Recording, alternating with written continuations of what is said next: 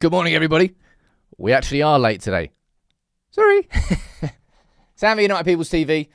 I'm here with the latest United news. It's going to be quite a busy show, I suppose. We're going to be speaking about reports from Rob Dawson from ESPN that United are in talks, or planning talks, over not a new deal with Bruno, but another year with Bruno. I'm going to run through that. We're also going to speak through, there's quite a lot of news in and around United. United agreeing a deal with Lionsgate, TV production company. Going to speak about that news from yesterday. We can have a little bit of fun. Who would be casting it? We can talk about that today. I think that'll be quite a fun thing.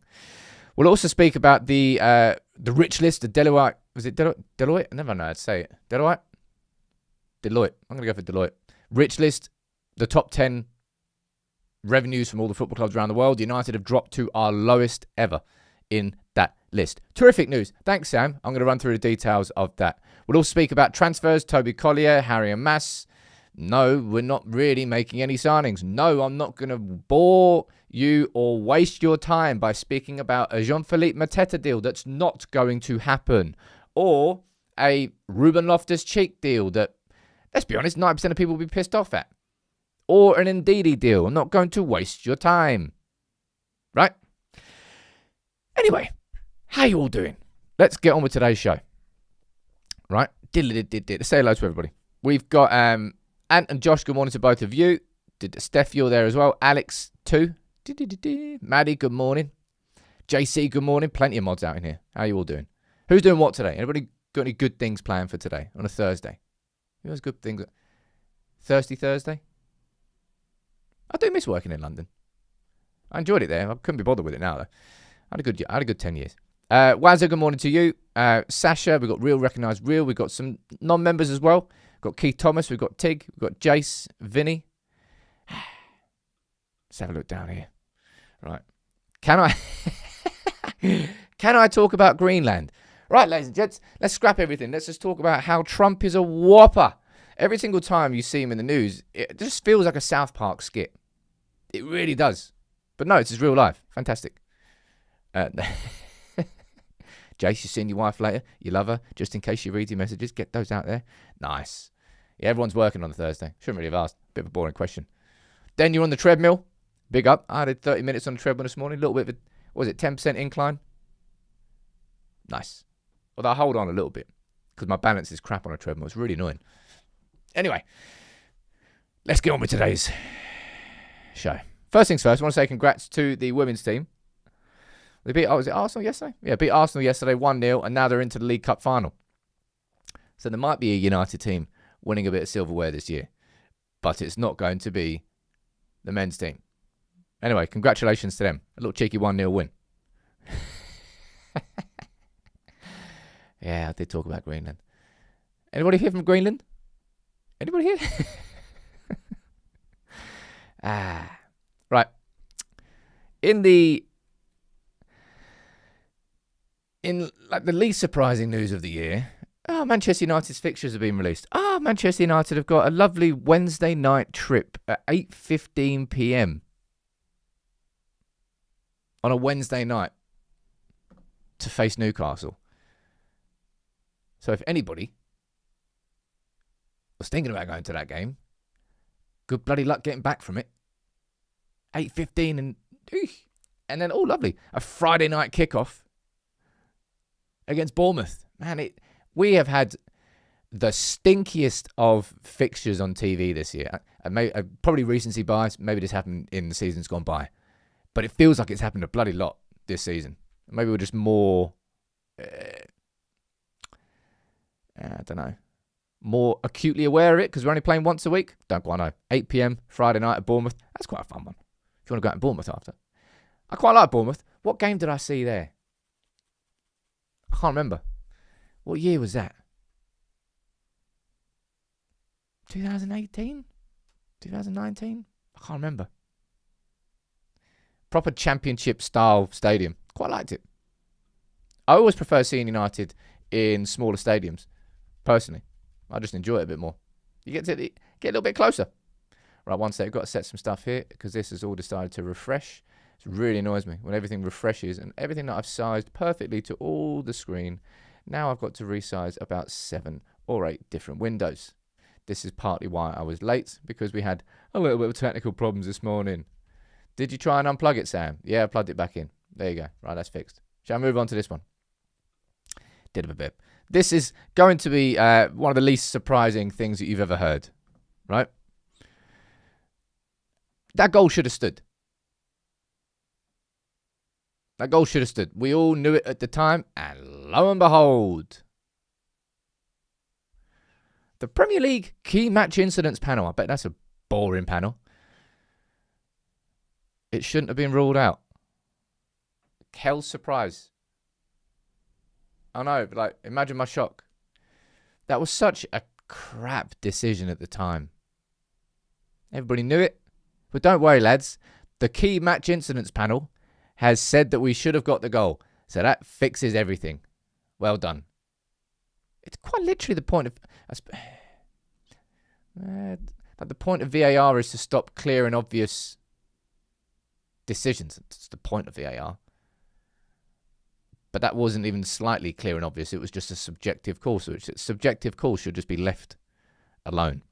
Anyway, imagine my surprise that should have been turned around. Never saw that coming. Right. Unfortunately, this is bad news, but this is just United, and it is just the news. When it comes to our football club, right, we have been eating off the legacy that Fergie built, for a long ass time now. I wouldn't say this feels like the first time that we're having this conversation, but I think you're really starting to now see the impact of what's going on and of the failures of this football club.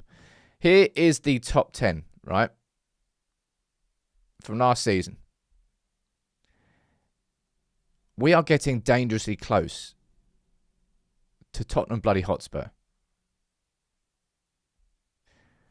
in terms of revenue. We're closer to Tottenham Hotspur than we are to Barcelona. This is Manchester United we're talking about. And it's completely fair, right? That's just how far we have fallen. So we are now 8th on the list of top 10 revenue-generating football clubs. Now, truth be told, I don't care where United lie on this list. I just care about our ability to spend and to sign players to operate as a football club. Unfortunately, it's completely affected by this.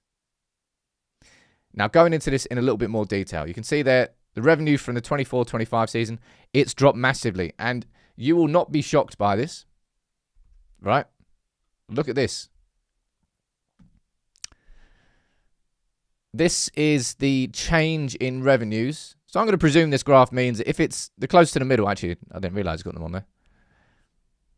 The closer to the middle it is, basically means there's no change in it. United, in the 24-25 season, had a near £50 million drop-off in broadcast revenue. This is from The Athletic, right? Our match day somehow went up. I don't really know how that went up. Commercial slightly went up. But both of those two nearly were absorbed by the losses from broadcast because we were crap, because we weren't shown on TV, because someone down there saying this is a reduction to do with match day revenue. Well, the match day revenue actually went up. So it was actually largely due to the broadcast. Well, partly anyway. You can see the split here of the revenues. United's commercial power still, right, if you look here, and the percent, that's United's there. The percentage of this compared to other clubs, ours is still pretty big. It's bigger than City's by the looks of it. No, maybe just a little bit shy. Bigger than Liverpool's. Bigger than PSG's. So commercially, we are still bringing in money. But we've just lost a lot in these two down here. Something that I thought, again, was interesting was having a quick look here at the wage percentage. Wage to revenue. Aston Villa have actually got theirs down to 71%. Remember we spoke a couple of years ago and they were up to like 90-odd%. But look at United's, 51%. Around about what Arsenal's is. Chelsea, naturally, have the highest. Well, actually, West Ham. Who's on massive wages at West Ham? I don't know. I know they've only got 172 mil in revenue, so that's probably why it's a bigger percentage. But all in all, what you're seeing here is the consequence of Manchester United's failures. John, I think you're probably right. This year will be worse. We talk about this, by the way, is from the 24-25 season. So that's last season. We were in the Europa League. I can't remember where we got to in the FA Cup and the League Cup last year. What happened? FA Cup and League Cup last year. Just buried it in my head. So this season is where you're going to see the match day revenues plummet. It's our shortest ever season. So if you go back to this, where is it? Too many things open. This one here. Next season, this one, that match day revenue is going to massively drop off. I wonder how much we're going to be losing. I think, is it United make somewhere in the region of like 2 to 3 million on a match day? I don't know the exact numbers, if I'm being completely honest. I'm kind of putting that one out, but I swear I've seen that before. Darren, you're saying club is forecasting revenues of 640 to 660 this year, so just a tiny drop. I mean, if they manage to do that and only drop from 666, obviously it's the devil, naturally, I'd be surprised, if I'm honest. Because I'd imagine, where are they going to get increased revenues from? It's not from broadcast. The broadcast should be, like, if last season they saw a 50 mil drop in broadcast revenue, and this season we've got no European football, surely that's just going to go down even more, no? Don't know. All in all, the unfortunate reality is United, can we afford... look, I suppose we can afford to not be in the Champions League again. But if we're not in the Champions League again, we've got to live on a Europa League budget, man. We've got to live on a Europa League budget. You can't have that champagne lifestyle lemonade budget. And this is why Manchester United are going to be, at some point, let's get our predictions in. Some point in March, we're going to be in Saudi. We're going to be going Saudi for like 2, 3, 4 days. We'll probably play some exhibition game. And we'll probably earn about 10 mil from it. I wouldn't be surprised if the club tried to do it twice. I don't think they can't this season because they've got the World Cup. But if the World Cup wasn't happening, you can imagine they would try and do a post-season spinning like we went to Malaysia and Hong Kong. They can't do that this year because of the World Cup. But we've dropped to 8th in this list. There's no Premier League. Imagine that. There's no Premier League club in the top 4, given that the Premier League is the Super League. All fun and games. But that's why United are doing stuff like this. Now, if I'm talking about one good thing I will definitely thank Ruben Amorim for, and it won't change, is thank you, Ruben Amorim, for putting your foot down and making sure that there wasn't an Amazon behind-the-scenes series from this season. Was it from this season they wanted to try it? I think it was. And he said, no, screw that. So thank you very much for doing that. But United here, this is from The Athletic yesterday. United have agreed a multi-million deal with production company Lionsgate to explore the dramatised retelling of the club's storied history. Similar in concept to The Crown and the Line of Duty creator, Jed Mercurio is involved in talks. I'll run through the article and then we can just have a little conversation. Maybe a little bit of fun. Who would play who if it was cast? I think that'd be a really good little short to make. Look, United agree. Can I just go back to this? This is...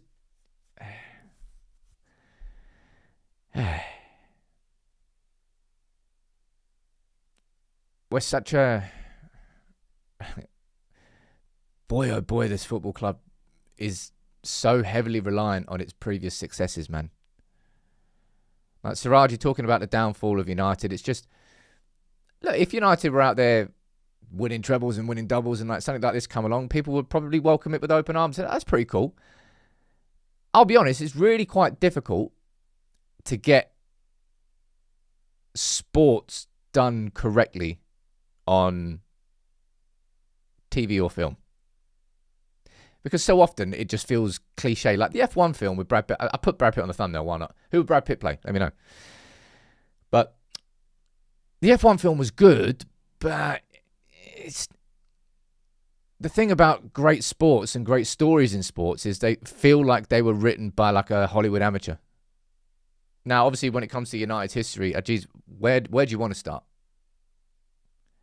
There's so many stories that could be covered that you remember this one from 2011. There's David Tennant playing Matt Busby. I think Jack O'Connell was Bobby Charlton, wasn't he? I can't remember. I need to watch that again. But anyway, let me read through what the article says. United have agreed a deal to create the Crown-style TV drama series. Agreed a deal with North American production company Lionsgate. Did Lionsgate do Saw? I swear Lionsgate do Saw. I need to watch that again. I haven't watched Saw in years. The production remains in developmental stage and has not yet been written or sold to a broadcaster, but the concept is a similar style to The Crown. Anybody watch Crown? I never watched The Crown. I don't really care for period dramas. Never watched Bridgerton either. Just found it a bit boring. Started watching Dark Winds yesterday. Anyone watch Dark Winds? It's a little like 6-parter on Netflix. I'm intrigued. I'll see what happens in episode 2. Who did David Tennant play then? Did he play Jimmy Murphy? Ah, my bad. Again, well, there you go. It's been a while since I watched it. Right. What else has been said down here about it? Lionsgate. According to multiple people familiar with conversations who all spoke on the condition of anonymity, an agreement has been reached which will see United receive a guaranteed sum in the low multi-million pounds. What's that? Less than 10 mil? Presumably. In the event the show is produced, and then royalties will be shared. It's another money spinner. Hey, look, Yellowstone, I'm going to watch that at some point. Yeah, Slow Horses. Come on, Slow Horses. Love that. Who's Gary Oldman playing? Come on. Right, let's have a little bit of fun. Who's playing Fergie? Saw someone say Brian Cox earlier. I need to know. And what stories would you cover? You cover... If there's... I suppose it's... If you're doing like a 6 bloody season thing, you do a whole season, I suppose, on... From the Munich air disaster right through until to winning the European Cup in 68. Man, if you've never... I always encourage people to go back and read it on thepeoplesperson.com. Big up to the team who still runs that. But I did my dissertation on the Munich air disaster and like the social impact, the economic impact, the cultural impact. And that story there from what happened there in 58 to 10 years later, and then Matt Busby leading the team and George Best being there and Bobby Charlton captaining and surviving the plate, mate. It really is an incredible story from United. Yeah. Brooklyn Beckham playing his dad. Shouldn't laugh about these things, Sam. Jimmy Nesbitt is George Best. I said Colin Farrell. I know it's not going to be Colin Farrell. I was just imagining Colin Farrell being good. Only because I really like Colin Farrell. Ernest Magnell era. You want to go that far back, John? Jeez. Was he wartime? I think he was. What stories could you do? I don't want to watch a series. I don't want to watch a season where we get relegated, if I'm being completely honest. Nah. You're right. Maybe do it in decades? Or would you focus... Do you reckon it would focus on seasons, like an individual season, or do you reckon the story would go further? What are you saying down there? Right. Who's playing Ferguson? Liam Neeson to play Sheringham. Daniel Day-Lewis as George Best. I think he's a little bit too old for that. I saw someone say this, so I did a little bit of ChatGPT. So Matt Busby. Ralph Fiennes. Obviously a little bit of slightly older version of Ralph Fiennes. But I can see the vision. Yeah, good luck trying to get anybody to play Cantona. He's 100% playing that. Jason Statham was Keen. Nah. What was the name of the lad who played him in Saipan? I've not watched that yet. I want to watch that. Who played Damian? We asked the important questions down here. Who is going to be cast as Paddy McNair and Donald Love? These are the questions that we need answered. All right. Who's playing Cameron Borthwick Jackson? Can we get the casting in now? Luke Chadwick. Who's in for Luke Chadwick? Yeah, where would you get Denzel Washington in? I love Denzel Washington. Man, is he my favourite actor? I want to know who Timothy Chalamet's playing. That's what I need to know. I think he's my favourite young actor. Denzel Washington, probably one of my favourite established. Who's your favourite actor? No, I'm not having Chalamet in as Damian. Nah, not doing that to him. Vinnie Jones playing Keen. Why is Brad Pitt on the thumbnail? I'll be honest. Didn't actually think I'd ever do Brad Pitt on the thumbnail. The reason that we're doing that is we're just having a conversation. Confirmation came out from The Athletic yesterday that United are going to be making a dramatised series. Well, it's going to go into production and see if Netflix or Amazon or someone picks it up. And of course somebody would pick it up, by the way. If they've agreed to deal with Lionsgate, this will get made by somebody. So that's why we're having a conversation. We're just having a bit of fun speaking about who could play who. I saw somebody say Stephen Graham as Rooney, and I was like, that's spot on. And I saw someone who was Joel and Avram Glazer, says Ran. I can't get it out of my head now. Steve's put it in my head, but getting Kevin Spacey in is Malcolm Glazer. All good fun. All good fun. Ed Sheeran in his Paul Scholes. It's a bit random. Either way, let's see what happens on that. Who directs it? I don't know. Right. Shall we run through some actual news and speak about a little bit on transfers? All right. Let's go. I did that video on Dorgu yesterday because I felt it was the right time to have it. I didn't do that video off the back of one good performance from him. I did that video off the back of, I think, a month of pretty decent performance. Not just decent performances, and that's why I did the video on Dorgu. I think we've seen something from him in these last 4 or 5 games. The sort of development that I don't think we had seen in the first 11 months. Because I think one of the biggest criticisms that people had of Dorgu's game was, yeah, like, he can get in the right position. He's got the work rate. He's got the athleticism. He's got the ethic. I understand that. But he's not got a technical output. The final ball's not there. And I think that's what we've seen in these last 4 or 5 games. That's why I did that video. Check it out on YouTube if you haven't seen it. I think you'll enjoy it. Ishak watching from Mauritius. Morning to you, dude. I was thinking about going there on honeymoon. Not going to go there anymore. Someone's saying Kevin Hart as Evra. We can definitely do some mock-ups here. I think it could be quite fun. And I was very much against United doing a series like Amazon behind the scenes of just the shit show of our football club right now. Like, we don't need any spotlight on that. Just let it be. Like, it's not going to help us get back to the top. It's only going to help others point and laugh at us more. But doing something on the history, it's a bit History FC, but if it is done really well, I'd watch it. I'm sure you would. I question whether they could ever make it a really interesting and compelling series, because I think it's very difficult for sports to do that.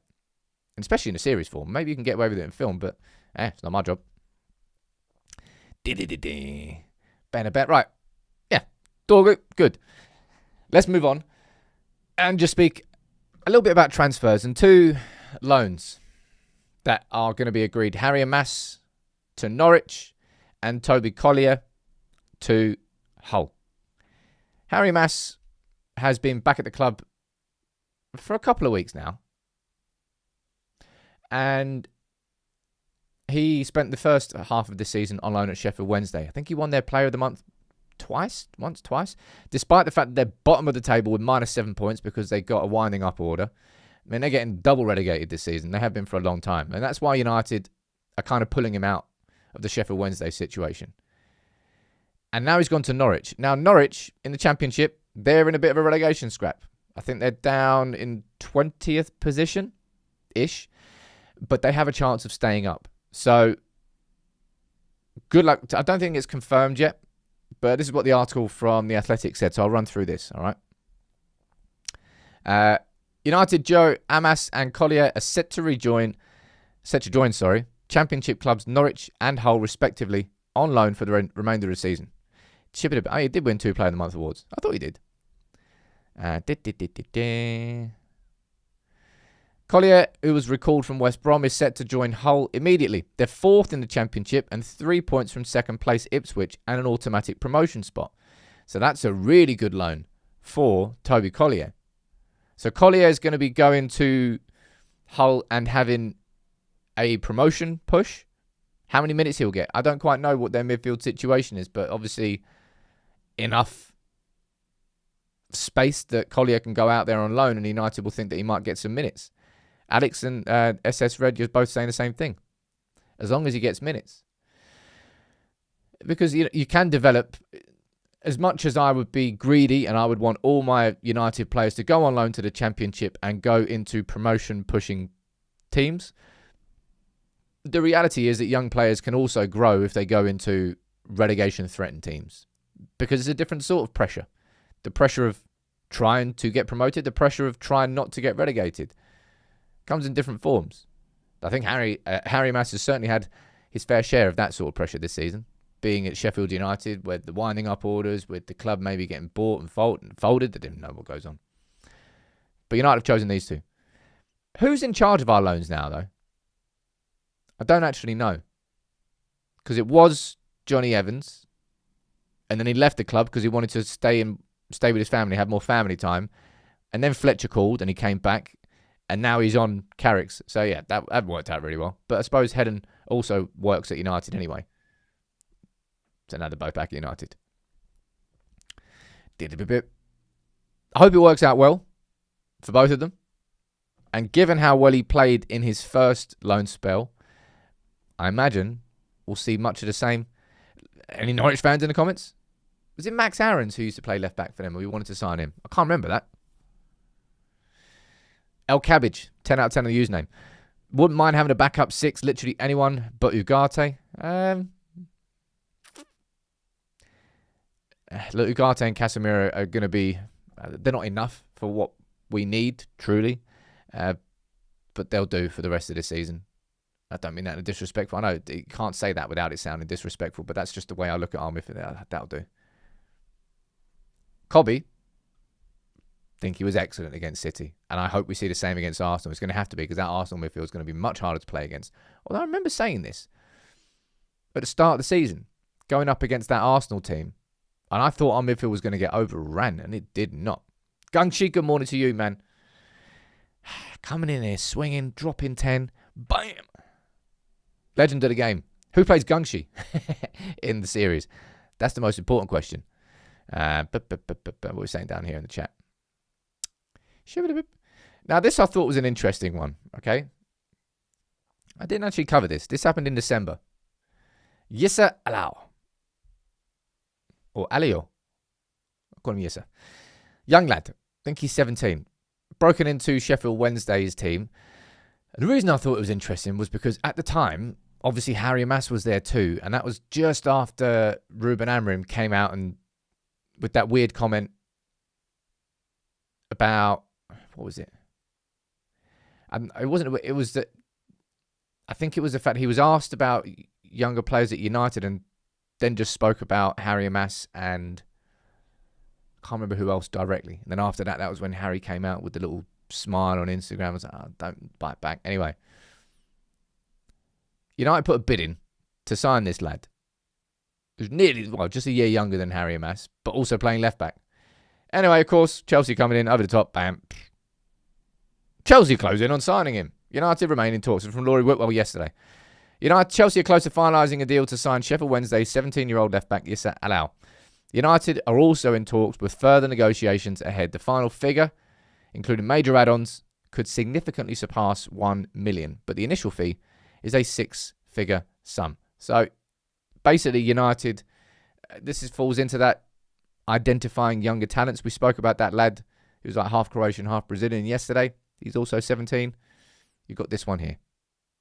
It was Collier. That was it. And Chidobe. Thank you. They're the other players that you mentioned. United tried to sign him in December. It wasn't enough. Chelsea come in, over the top, offer him more.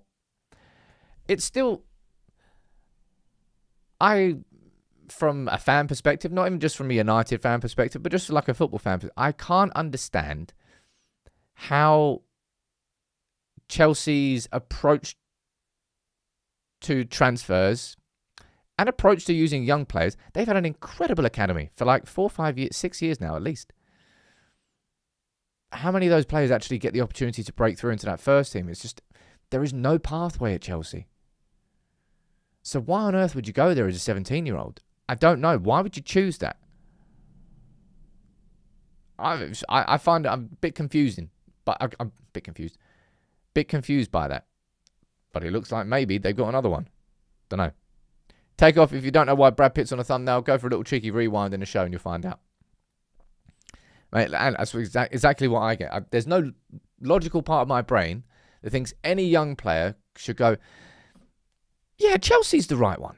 Chelsea's the place where I know that I can develop properly because it's kind of your formative years, I suppose. 17 to 19, you need to be playing football. Like, you're not going to get it at Chelsea. It's like no way, shape or form. You know you're playing in... They must just give... I suppose conspiracy theories. They must just give so many things like under the table or like backhand payments or extras that just other clubs can't compete with. I don't know. It's just, I find it so odd. Anyway, let's move on. No, Brad Pitt is not our 1st January signing. Where would Brad play? Don't know. Yeah, maybe he just goes straight to Strasbourg. I don't know. Probably. Maybe they'll loan him to Brighton. They'll do some other deal here. They'll buy him. I have no idea. This you all know how much I despise that football club. Everything that it stood for since 2004, 2005, whenever Abramovich came in, and everything that they've done to change football since. They've been nothing but a stain. Hate it to its core. Right? Bruno. Segue. Random. Let's speak. Hey, look, Giovanni Kendo, good luck to you, mate. You decided to join there to play under a manager who's now being sacked. And you probably won't play anywhere near where you thought you might be. But don't worry, you made the right choice. Good luck to you. Anyway, he probably would have joined United because Ruben Amorim would have been there and then he would have got sacked anyway. So, all right. Anyway, Bruno. I'm going to run through the article from ESPN and we can just have a quick chat. And I'm going to put this down as a poll because I can actually access polls today. Fantastic news. Do you think Bruno's here next season? Simple poll. Yes or no? Not should he be here, blah, blah, blah. Do you think he will be here? Because I've always felt that when I was talking about it before, I was talking about the pathway of Cobby stepping into Bruno's shoes. I don't really think there's a conversation anymore. I suppose we don't know who the next manager is going to be. Can I just quickly say this? We have delayed the start of our manager series to next week because our first video is on Oliver Glasner. And I'm not sure if you've noticed, but a bloody lot has happened in the last week. Since we've scripted, since we've done all the research, he decided to go, let me throw that grenade in. In fact, sod that. Let me get 2 grenades and throw those both in. An absolute nuclear bomb has gone off at Crystal Palace, which I'll be honest, pretty much made my mind up on Glasner, but I think it's important that we run through it because he's the most heavily linked so far in the beginning. So we're going to run through. We'll start with Glasner. Probably the second one we're going to do is on Thomas Tuchel. Again, quite a volatile manager. But yeah, we're going to start with the Glasner one next week. We were going to release that yesterday, but I had to delay it for a week so we can rework it, is what it is. Bruno, let me see what the article says from ESPN. United want Bruno Fernandes to stay in our pre-World Cup talks. That's a big advert. United are planning talks with captain Bruno Fernandes about his future ahead of the World Cup, with club bosses poised to tell the midfielder they want to keep him at Old Trafford for at least 1 more year. What's going down there? United will let him decide his next step. The club's preference is to keep their captain in what will be another transitional summer. What's your what's your honest opinion on this now? If I tell you my logic, I thought United could have sold Bruno in the summer just gone. I thought it could have happened. Well, it nearly did. Obviously, the Saudi bids came in. I didn't want that to happen because I thought so much was going to be going on at our club. I wanted Bruno to be a big part of it, but we all had the debates. Do we spend big on a number 10 and push Bruno back to central midfield, or do we spend big on the central midfield and keep Bruno in the number 10? Now, we chose the latter. No, the former, sorry. We spent big on a number 10. Bruno played deeper. Didn't quite work out. What we've got now, different system, playing the 4-2-3-1. Bruno can operate as a number 10 with these new signings. Good. Still need central midfield. And as the season progressed, until Amram got sacked, it felt like Bruno was number 1 and Kobbie was behind him, and that Kobbie was the successor to Bruno. So it felt like the pathway was going to be blocked for him, and so long as Bruno was at the club. But Bruno's incredible. I felt like the United would be moving him on this summer. However, if you're playing in a system where you've now got 2 central midfielders and you've also got a number 10, then there really is space for Bruno next season. What do I mean space for Bruno next season? Such a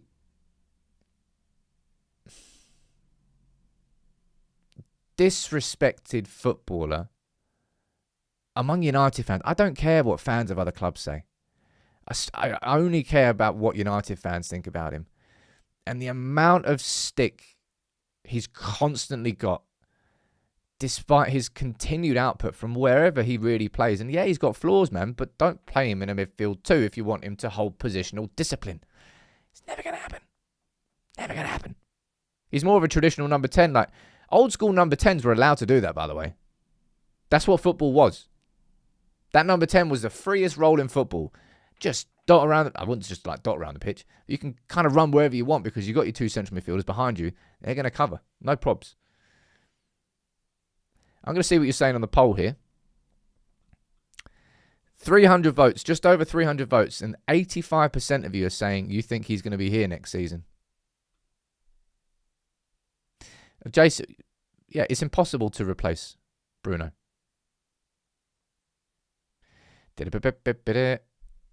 Alex, you're saying, I'll say it again, United can't afford to lose Casemiro, Maguire and Bruno this summer.